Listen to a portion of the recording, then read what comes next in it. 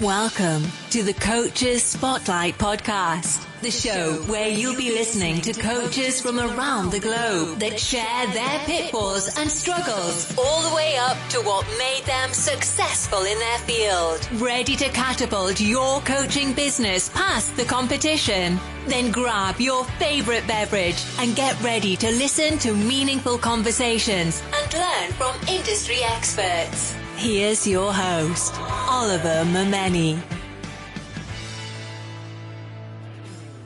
Hey everybody, welcome to the Coaches Spotlight. Our next guest is a life/mindset coach for overwhelmed CEOs and entrepreneurs. She loves helping her clients reach their business goals while they take brilliant care of their health and life without losing their minds. In the past, she has been working with the Gallup Organization and served as a corporate Weight Watchers coach for corporations like CNN.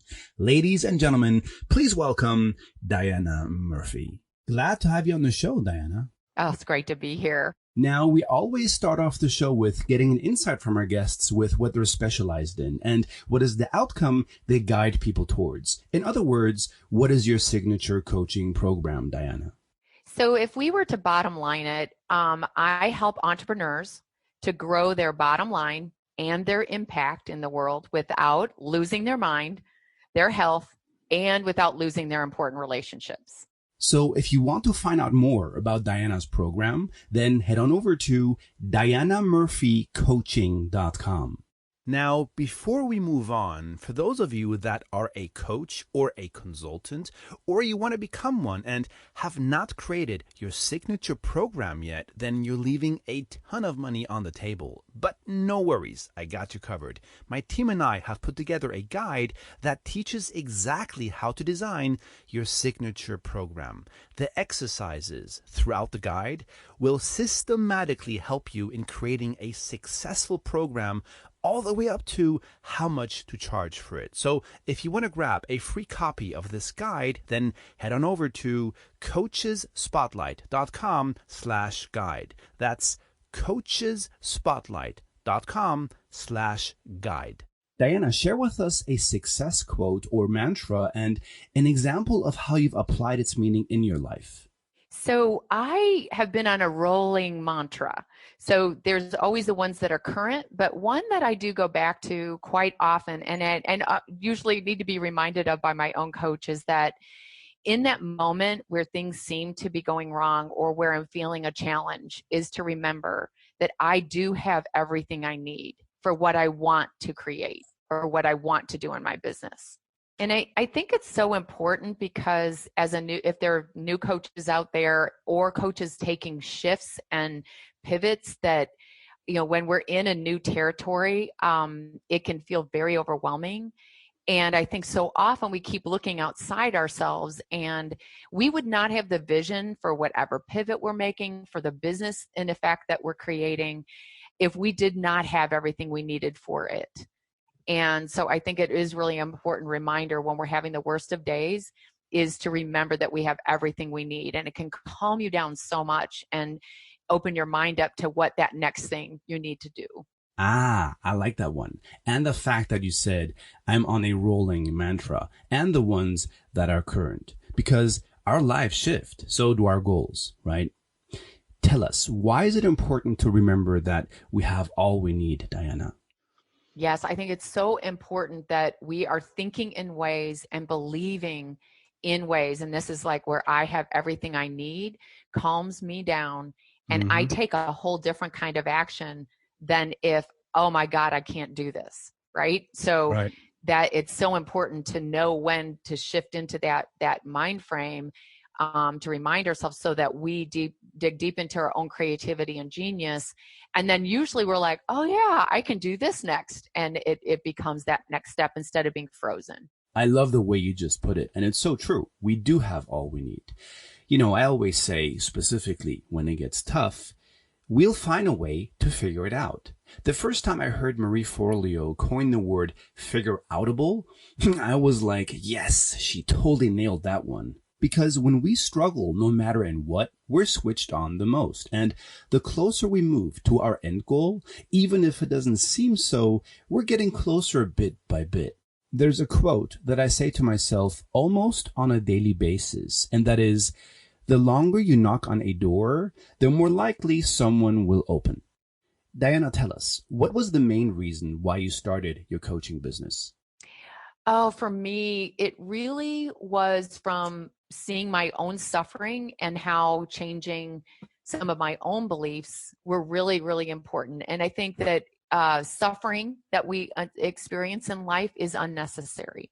There's going to be pain in life, but the suffering is unnecessary. And so I shared with you that my first transformation was losing weight after a lifetime battle of gaining and losing like large chunks of weight, 35, 40 pounds. And I came to this new peaceful place that I knew I had the answers. And so that was the first way I showed up as a coach, was that I did not want anyone else to suffer. And now I've translated that in my own growth, and the way that I really want to bring my business into the world now is that I don't think that business owners should be suffering in the way that I think that they should be enjoying their business. Not all of our work is fun, but for the entrepreneurs that I serve, the leaders I serve, the business owners I serve, they really deserve to get out of that place of like thinking that everything's going wrong and suffering from their own self-esteem issues, which is like when I solved that for myself, I found a business in me. I mean, like there are very few people that in this phase of their lives are starting entrepreneurial ventures. And so I want to give that quicker to other people. I feel like, helping them solve their unnecessary suffering is the first step in growth. Okay. I agree that it's not healthy to suffer, and I wouldn't wish that for anybody. However, I'm a strong believer we should all experience adversity sometime in our journey, as it seems only then we understand the real value of life. Or in other words, we appreciate life more when we've experienced times in our lives when the journey was a bit more bumpy than we had wished for. Fact of the matter is, resiliency can make us feel we have a little more mastery in life. Diana, let us dig a bit deeper. What was the tipping point for you when you moved from a wellness coach and transitioned to a mindset coach? I was bringing people in originally that wanted to lose weight. And yet 80% of our work was life coaching and mindset to get to the place that they were at peace and no longer buffering with food. And Right. That's a beautiful work. And I love the work I was doing. But I also was seeing that there were people that were not taking care of themselves that were too thin, or that they, like, wait, I'm missing out serving on the whole business owner by only focusing on this facet. And I really decided that the type of people I was currently attracting and working with were those that were just vibrant, amazing business owners. And certainly solving the health issue was important, but it really was just one pillar of the work that we were doing. And so I brought that pillar under the work I do. And now it is mindset focused to help someone to just be taking brilliant action and operating in their zone of genius more of the time. But it's also how is the way that that person is showing up, that owner is showing up in their relationships and also in their self-care. And much of the self-care is really just a reflection of their mindset towards themselves, their self-esteem. And I found that that's just like one facet of the mindset. Funny you're saying that. I recently had a talk with a client of ours that had been coaching for about 2 years, and she was doing okay, but she was stuck as she couldn't get past making more than $10,000 a month. So when we started working with her, we first had a look at her funnel, and we looked at how she was generating prospects, but we didn't find anything that really needed improving, as everything was pretty much in place. So I said, let me have a look at how you do your strategy calls, and told her to send me the recordings of her last 3 calls. And while I was listening to her talking, it was evident why she could not move past the 10K. Because she had limiting beliefs about herself that she was not worthy of earning that kind of money. So we had to work on her mindset and go back to the basics in order to align her with charging high ticket for her programs.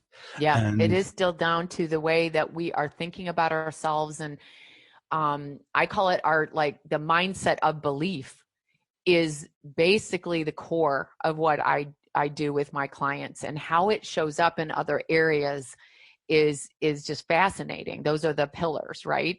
But the main work I do is on that business owner's mindset, the way that they want to bring that business into the world. It's a place where I sense that business owners, most of all, maybe not coaches, but where business owners, they invest in marketing, and not that these things are not important, but we make the lease, we open the business, we do all the other things. And then if we have a problem, we think we need a coach. And what I would inspire people to really think is that having a coach from the beginning can really be the best fuel and accelerant for their business. Of course. I mean, it makes no sense to launch ads and spend money if your core belief is not aligned with the impact you want to make. But the thing is this, the majority are not going to hire a coach from the get-go until they hit a brick wall, because most people think they know it better, right?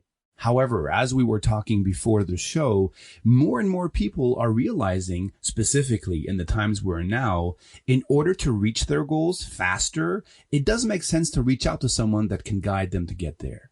Yeah, and it's getting out of your own way, but it's also when you've hit a different zone. You talked about this a little bit, where the problems become bigger as your business becomes successful. And that's when the mind, it almost feels like it goes back to the first day you opened your business, like you're starting all over. And Yes. That is not helpful because you've built this beautiful business, you're successful, but now you might be building teams, you're doing new things. And the brain goes, oh no, we do not know what we're up to here. And that's where coaching is so critical to help that owner stay in belief and be able to kind of bust their upper limit and go to that new space, because they will be doing new things. They're going to have to be believing new things about themselves to handle that next challenge. Just like they did when they never had a business and grew a business, then there's these other moments that are really important to be able to build their future. So true. Diana, let's talk about failure. Share with us a story where you've experienced failure, and most important, share your lessons learned from it. So the one that comes just to mind very quickly, and it's not a full fail. Like any coach, I processed it and it's really been for my good and all those things. But I started a podcast about 18 months ago and went all in. And I really saw it as like, I'm creating the funnel for clients. Like I'm going to have 4 consults a month at least, or 10 or 20. And then I'll need to have a group program. And I just saw this huge growth and opportunity if I just did a podcast. And I think the place where it was really a failure in the season of where podcasting was when I launched is that podcasts were starting to blow up and the market was getting very noisy at the time. And it was not what I had expected financially. And so I really had to make a decision after doing it for a year that the investment financially per month and time-wise for me, when I looked at my business as a CEO, not as a person who loved doing a podcast, because I absolutely love podcasting, I had to look at it, is this a time for me to be investing this money? And I decided at that time to give it, let it go. And it was like a baby. You and I just talked about that. It really, when you create something like this, it is like your baby. But I made one of the bravest decisions I've ever made in my business to cut it. And it's still live. And, you can find it, Weight Loss for CEOs. But I've shifted so much. I've grown so much since then. That's not my current voice. And what I gave to my business is I now am writing articles that are really meeting people in a different place. I'm, building relationships differently because I have created this new zone. So it was a big win for me, but it was a very difficult decision to make. It was like giving up on something that I really dreamed was going to bring this certain result. It just brought a different result. I found my voice. I really owned that I had all the ideas by bringing up a new podcast topic every month. And I just created an excellent podcast, but I could also be the wise business owner that decided that was simply a business decision and I needed to move on, at least for that season. But the way that I saw it, and I think this is really how we have to be careful in framing, these pivots and turns we have to make. Failing forward, that was a failing forward. I learned so much from it. I would never give up all the money I put at it and all the beautiful energy. But it did feel like a failure, like for your listeners, it did not bring the result I was intending.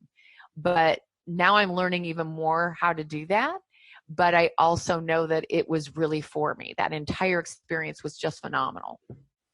I wouldn't even see it as a failure deciding not to continue the podcast, but more it being a transition. Because if I look at all the things that I've done since I started online, which was in 2008, all has led to growing and developing either myself, our brand, or our agency. So nothing is really lost ever. I believe all the pitfalls and struggles we experience prepare us for the next step or the next chapter in our book, in whatever we are meant to do next. And I guess in your case, it was pretty much the same thing. One thing is for sure, the next podcast you're going to launch is going to be epic. Is there anything you would have done differently before you began your career as a coach, Diana? Oh gosh, let's see. What would I have done differently? I think I wouldn't have waited as long early as a very early coach to get my own coach. I started coaching 6 years ago this month. It's my anniversary of certification, of getting trained and opening my business. And there were not a lot of great mindset coaches at that time. Mm-hmm. And that they all were telling me what I needed to do. And that has value, but I was not, as someone who had never owned a business, never been a coach, I really know that my growth would have been faster if I'd had a little more support in personal coaching. And so I really think that for me, if there's anything I would have changed, I wouldn't have waited so long to join some really vibrant masterminds of coaches that I was drawn to, not wait to make the money, but to know that my business required that investment early on, of not waiting till you make revenue to pay for a coach. If you feel like you need a coach, it is one of the best investments. It is the investment that creates money more than almost any other facet of our marketing and other things. And so if I would have done anything different, I really would have started with that earlier, because the minute I did, my growth and satisfaction and enjoyment of doing my business has really changed. And the type of results my clients are getting has really changed. Couldn't agree more. If you want to move forward faster, then write more checks or get your credit card out. It doesn't matter what you want to do. It's all about getting someone on board that has been there and done it to get you up to speed, right? Yes. That investment is, right. We question. It's so funny, Oliver, that we question like somebody becoming an attorney and how much money before they make money they invest. But then we get all caught up as a new coach or as an entrepreneur thinking we should be making money before we ever invest in the business. It's backwards. That's not good business philosophy, as you're saying, right? Mm-hmm. And there's something in coaching that, especially when I was first a coach, that was very fearful of, investing too much money, before you need to make money. And it was like, oh no, I wish I'd been taught more wise, a little more wisely to just go all in on those investments, writing those checks faster. And I think fear stops us. It stopped me. Well, it's always fear. And most of the time, our fear comes up or gets triggered because something that has happened in the past, the stories we tell ourselves, or something we have taken on from our parents, specifically one of their beliefs. Oh, yeah. They come from our past for sure. Marrow beliefs, I call them. Diana, now I would like that you share a story when you had an aha moment. Take us back to that very moment and share with us the steps you took to turn that aha moment into success. So wait a minute, what is my most recent aha moment? I'm having them all the time. And that has been really fun, to be so engaged in my own being coached myself. And my own self-coaching is creating a lot of aha moments. This last year is the biggest one. I recently crossed my goal that in a 12-month period of time, I hit 6 figures. And what the biggest aha was is that nothing really changed. because it was so much like my weight loss journey where the learning along the way of losing 35 pounds, 40 pounds permanently, that the learning happened all along the way. There wasn't this big like, oh, now I'm a 6-figure earner and everything's different. No, the learning to become a 6-figure earner was the journey of that process was the aha moment all along the way. Yes. Oh my God. It was so, I was being taught that as I was doing that, but it became almost a non-moment the day that I crossed it and noticed it in my bookkeeping. And because I became that 100K 6-figure coach like 6 months before, because that's literally what created that money. And now I'm behaving as a multi-figure coach. And I know that my next year is creating a multi-figure 6-figure year. And it really was bringing that future to the present. So when I crossed that goal, the aha was like, oh, there's nothing different. I've already been doing this. You just touched upon something that crosses my mind almost on a daily basis, and that is when it becomes irrelevant how much money we make versus the impact we have on our clients. Now, don't get me wrong. Money is important, but it's not everything. Does it make happy? Of course it does. But if only money makes you happy, then I assure you there is something wrong. That said, when I started online, I had one thing on my radar, and that was to crack the $10,000 a month milestone. And then once that was reached, I said, okay, let's go for the 20, 25, and so on. But I'll tell you something. To me, it doesn't make a difference anymore if I make 20 or 30 a month, because you can only spend so much. All the rest just sits on your bank account, especially if you've already bought all you need. Let it be a house, the cars, motorcycles. I'm a big motorcycle fan, or a boat. If you got all the toys, then the most important thing becomes helping your loved ones and those around you. The thing is this, if you're blessed to be alive like myself, then money becomes secondary. If you want to know what I mean with that, then head on over to the first episode of this podcast where I share my story and how a near-death experience changed my life for the better and why I started working online back in the day, which eventually led to launching this podcast in 2020. You know, the most important thing for me now is I know I can make money online and I'm not dependent on how the economy is doing out there. Yeah, that's the belief building, when we know we can make money. And I would just encourage all the listeners right now to be asking better questions. I used my money goals against myself. And the minute I finally realized I was doing that, because I was shutting myself down. Oh, you haven't made it yet. You haven't made it fast enough. Instead of it being this goal that motivated me, I was using it against myself. And it's really just incorporating a mindset. Yes, if you have a goal of being 6 figures, any goal, like having a certain amount of clients, whatever motivates you, but always be asking yourself the right question. What would a coach who had a thriving 6-figure business be doing now? And when I started asking those kind of questions, I had so much more fun in my business. And I shifted to this amazing way where I spent more time in my own mind. And with what my clients were learning, they were my schoolroom. And then it blew me up. I was having so much more fun that now making the money is just a natural consequence of it.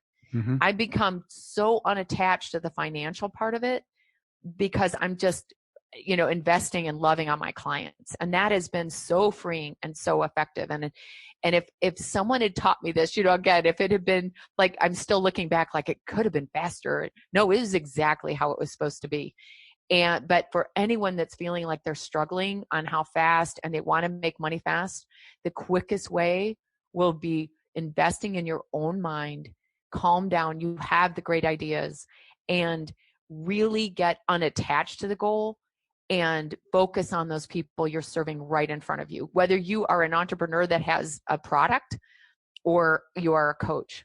And that is the most freeing and the most value giving. That's where you will make an impact in the world that you can never stop. I love that. I love that. And it's so true, Diana. I'm a strong believer in what Zig Ziglar said. You can have everything in life you want if you will just help other people get what they want. However, we should not forget, it won't happen by itself. You need to have the right mindset and give without asking for anything in return.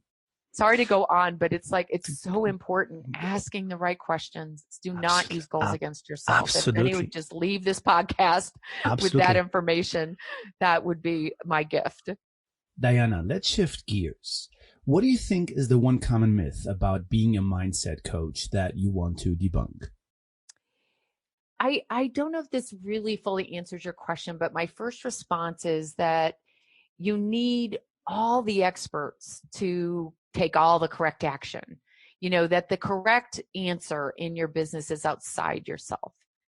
And that, always seeking outside because you're a new business owner. And it's absolutely the opposite, because when we look inside of how we want to take those actions in our business, how you want to write an ad, how you want to create your coaching package, where you want to play on social media.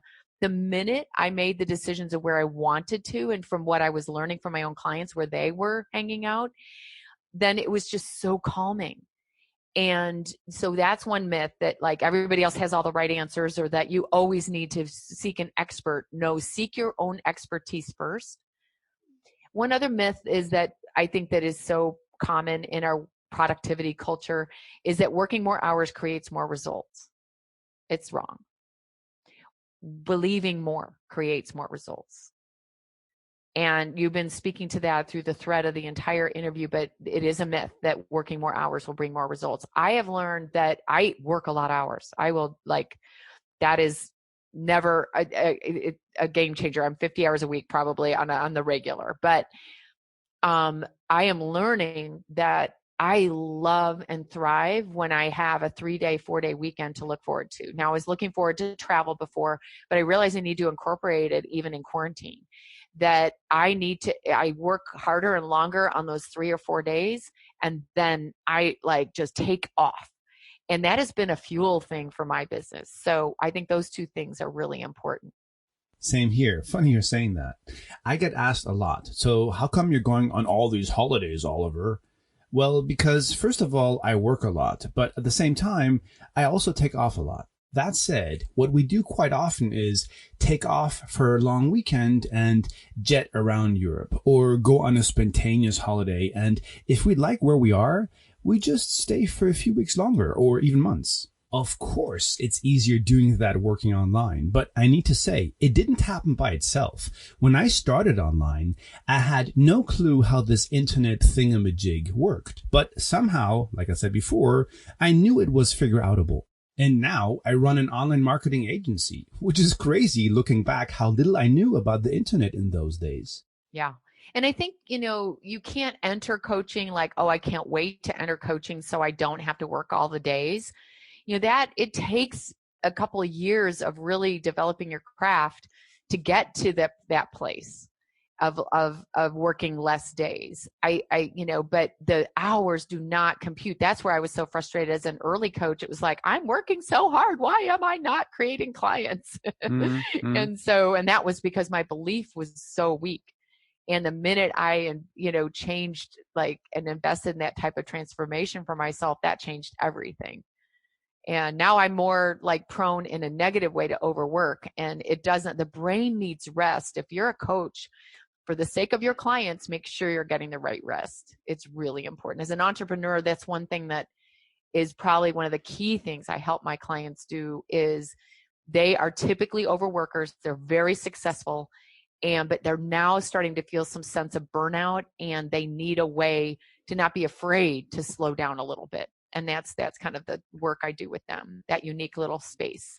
Guilty as charged. I need to say, it took me a while until I took my foot off the pedal, as no one but ourselves can regulate how much we need to work, especially online, because there is so much to learn. But you're right. The art is to understand how much work you need to put in to get the outcome you want to achieve.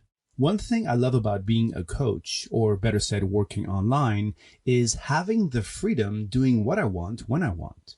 I live next to the Mediterranean Sea down here in southern Spain, and often I go fishing in the middle of the week or grab one of my motorcycles and head for the mountains. On the other hand, I sometimes work 6 days a week until 12 or 2 in the morning if I need to get a big project done.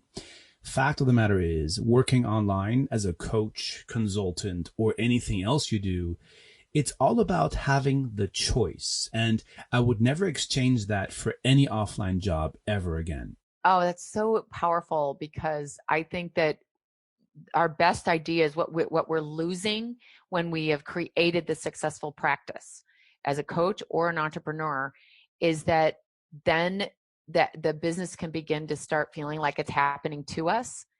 And that the ways that we generate new ideas, the ways that we solve the issues in our business are always from what you just shared. Whatever you're yearning to do, you need to be doing while you're building your business, because you need to give your brain a rest, but also that's that life-giving fuel that, is going to create the next idea, the next way you show up with your clients as well as your team. Do you see it as a requirement being certified as a coach, or do you think people can start their coaching business and get certified later on? I really don't believe you need a certification to be a good coach. I think that your transformation, you could see it in my weight loss. I was already a coach when I lost weight. I was preaching to everyone that would listen. Wait, stop beating yourself up around your weight. Stop, wait, these are some tools you can use. And that is your transformation as a coach is your coaching practice. You can see it in all the ways I've twisted and turned, because I am ahead of my clients and have experienced those transformations and can't wait to share them with the world. But all coaches love developing their craft. So I think getting a certification with a school you really resonate with, and I'm with the Life Coach School. I absolutely love how my teacher now has created so many beautiful coaches that are some of my own personal coaches, as well as serves me by teaching me. She keeps giving back to all of her students. So it's a vibrant, amazing community. So I'm so glad I'm a part of that.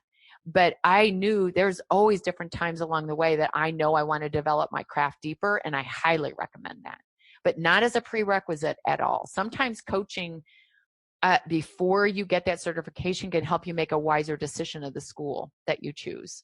All you just said is actually a mic drop right here. Let's repeat that. Being a coach will allow you to choose the perfect organization for you to get certified by. And that is very true if you think about it, because having already coached for a while will help you see what you want to get certified in. One thing I see a lot of my clients doing wrong, or better said, why they are stuck with moving their coaching business forward, and that is they think the prospect cares by whom they have been certified by. What they don't see is that a certification is not for the prospect or for the client. It's for the coach. It's the coach that will benefit from being certified most, because it will give their coaching structure and a framework to work off from. And that is definitely a good thing. But it's important to understand that a certification is not the one that gives you permission to start a coaching business. It's you. If you don't get rid of the mindset, how can I call myself a coach if I'm not certified? Well, I'll turn that around for you and say, how can you call yourself a coach if you've never coached? Because the certification is not going to give you experience. One thing is for sure, no certification is going to get anybody magically new clients.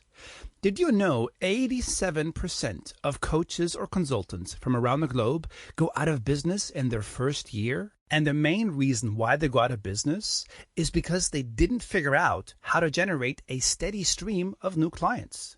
Therefore, my team and I have created a workshop that outlines exactly what we do to generate a consistent stream of new clients month in, month out for our business and for our clients. So if you're a coach or consultant and you're committed to changing more lives with your expertise, then I encourage you to register for the free masterclass. Just imagine to never wonder where your next clients are going to come from next month. And all you need to do to make that a reality is head over to clientsindroves.com. That's clientsindroves.com and register for the free training.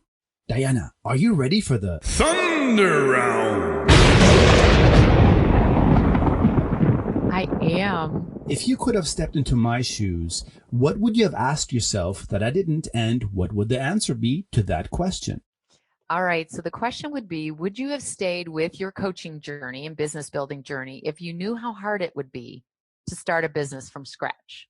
Because my advice, and I know it's 60 seconds, but quickly, like anyone who is struggling at any twist or turn right now, just never give up. That would be the one thing I want everyone to go away with. Was there anything holding you back from becoming a coach? And if so, what was it exactly? I thought initially that I was like kind of waiting for the right coach. And this is so funny, or the right certification. You know, I had found some people that taught yoga and things like that. But of course, I found the right place. That always happens if you stay searching. But I would have invested more financially. I would have paid more checks. I would have created, I'm going to borrow this much money and invest this much money into my coaching practice to create the six-figure business quicker. So if that would be for sure what I would do. Invest more in a personal coach and more advertising and things, do things quicker by putting more money into my business from the beginning. If you could go back in time and meet the 20-year-old Diana, what advice would you give yourself? Don't wait to follow your scary dreams. Just go for it. I know I had some of these ideas a long time ago and I tamped them down. What is one thing most people don't know about you? Oh, that's not on my list. Okay, just a second. I was part of the development of the Strengths Finder. I worked at Gallup when we developed the Strengths Finder that is now a computer assisted program. I was part of 6-hour interviews and was scheduling ideal clients to do the original research of the Strengths Finder. If you could meet one person you have not met yet, what would you ask them, or what would you want to know from them? So the person would be Oprah. I have watched her journey really closely because I was aware enough when she first lost her weight with OptiFast. And then, I became a coach, and I was also a corporate Weight Watchers coach. And I would love to just sit down with her and ask her, and this sounds so arrogant, but I just sense there's some unfinished work there as a coach looking in.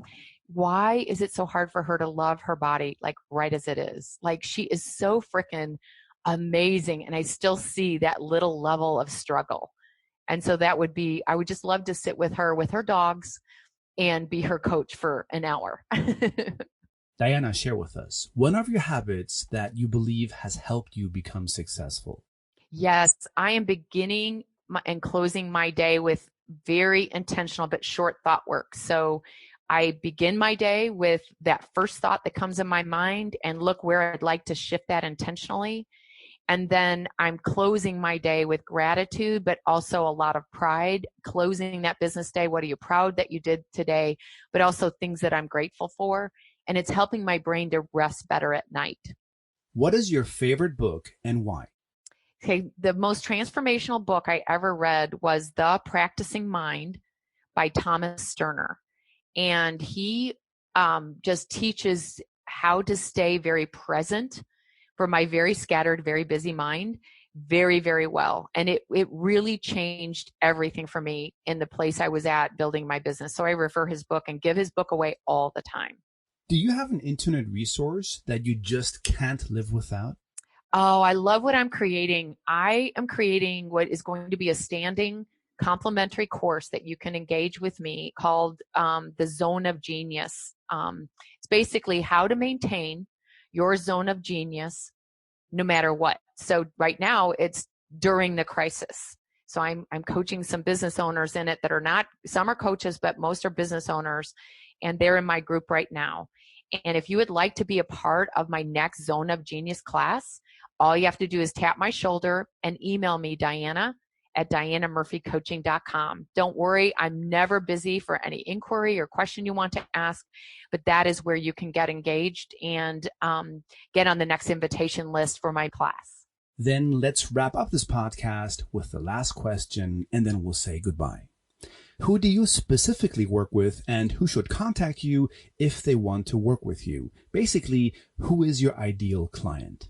So I want to repeat, I love the entrepreneur that is a business owner, possibly a coach for sure, that really wants to grow their bottom line and most of all their impact in the world without losing their mind, their health, or their relationships. So if you want to connect with Diana, then head on over to DianaMurphyCoaching.com or visit CoachesSpotlight.com and type Diana in the search bar, and you'll find the show notes to this episode and all the links that lead to Diana. With that said, thank you for tuning in. I hope you enjoyed this episode. Diana, it was an absolute pleasure having you on the show. Oh, so great to meet you. And to all your listeners, what an honor to be part of this community. Thank you for tuning in to the Coaches Spotlight podcast. If you liked the show, then please make sure to rate us, leave a review, and subscribe. We appreciate your support. See you next time.